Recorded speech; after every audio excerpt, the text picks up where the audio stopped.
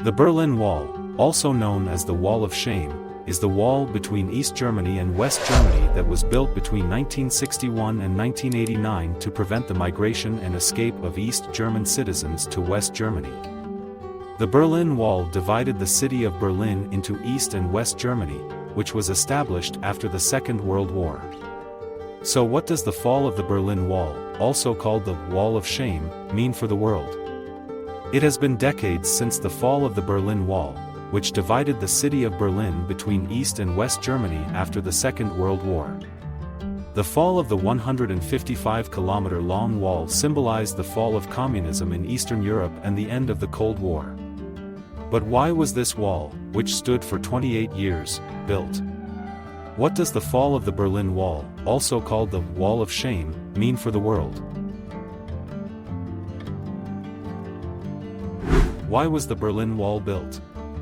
After losing the Second World War, Germany was divided into four parts in June 1945 by the United States, Britain, France, and the Soviet Union. Shortly afterward, the Western Alliance, which shared the same ideology, united its administrative units to form the Federal Republic of Germany, West Germany. The Soviet Union, which advocated communism, then decided to establish the Democratic Republic of Germany in its administrative region. East Germany, with its economy based on socialism and authoritarian political rule, did not develop much. Between 1949 and 1961, more than 3 million people, specially educated and qualified young people, migrated from the east to the west. On August 13, 1961, the GDR began the construction of the Berlin Wall to prevent East German residents from crossing to the west.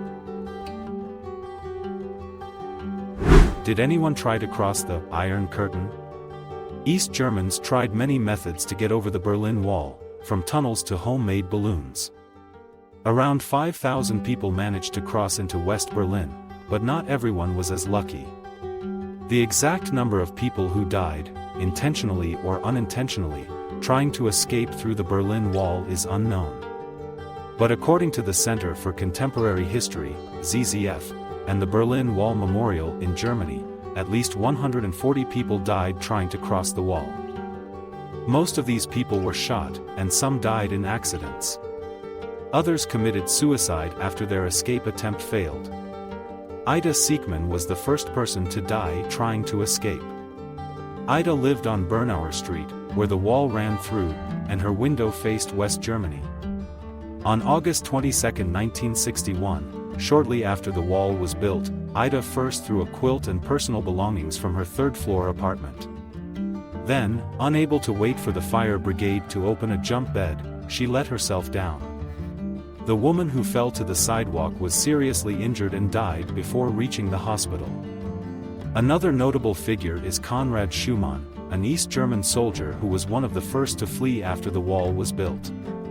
Schumann was photographed jumping over barbed wire, and it became one of the most famous photographs of the Cold War.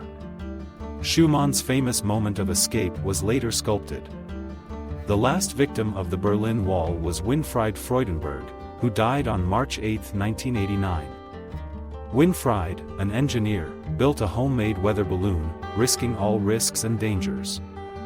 After several months of preparation, the young couple decided to escape in March 1989. At midnight in a garden in East Berlin, they are trying to fill the balloon with gas when a passerby notices the situation and calls the police.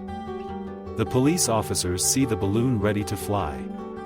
They are afraid of a big explosion due to the strong smell of gas in the air, and although they are armed, they do not dare to shoot.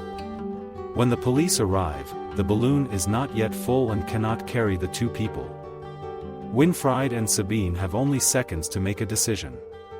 In the end, Winfried flies away, leaving his wife behind. Sabine hides in the bushes and watches him go.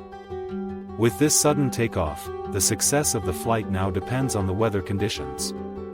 The young man, who has no control over the balloon, flies for 5 hours on a stick tied to the balloon. Contrary to the plan, the balloon reaches altitudes of 5,000 meters, where the temperature is -20 degrees Celsius. Winfried's journey ended in the Zellendorf district of West Berlin, hoping for a new life in the West, but when Winfried's body was found, every bone in his body was broken. Child victims of the Berlin Wall. The Spree River at the border cost the lives of 5 children, 2 of them Turkish. 8-year-old Sengaver Katranci and 5-year-old Chetan Mert lost their lives because of the Berlin Wall. On October 30, 1972, Sengaver accidentally fell into the Spree River and drowned to death when officials and people on both sides were unable to help him due to border violations.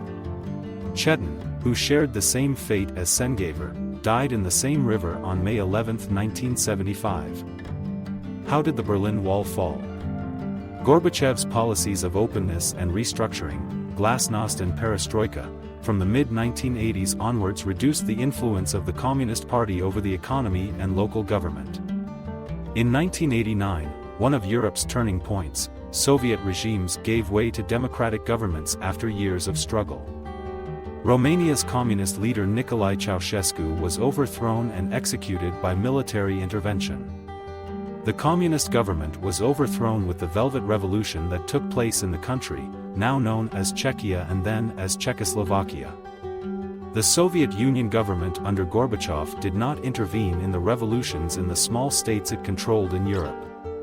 In addition to protests, many people applied to the German embassies in Prague, Warsaw, and Budapest for passage to West Germany. Following Gorbachev's visit to East Germany, the GDR announced on the evening of November 9, 1989, that the travel regulations had been changed. Thousands of people flocked to the border after watching the press release on television. Germans gathered on both sides of the wall and started tearing it down with hoes and hammers. 100,000 people crossed into West Germany within 24 hours. West German Chancellor Helmut Kohl declared the next day, "We are one nation." Unification of East and West Germany. With the fall of the Berlin Wall, the Cold War came to an end. Negotiations between East and West Germany resulted in the Unification Treaty in 1990, and Germany was officially reunified on October 3, 1990. Helmut Kohl became the first Chancellor of the United Germany.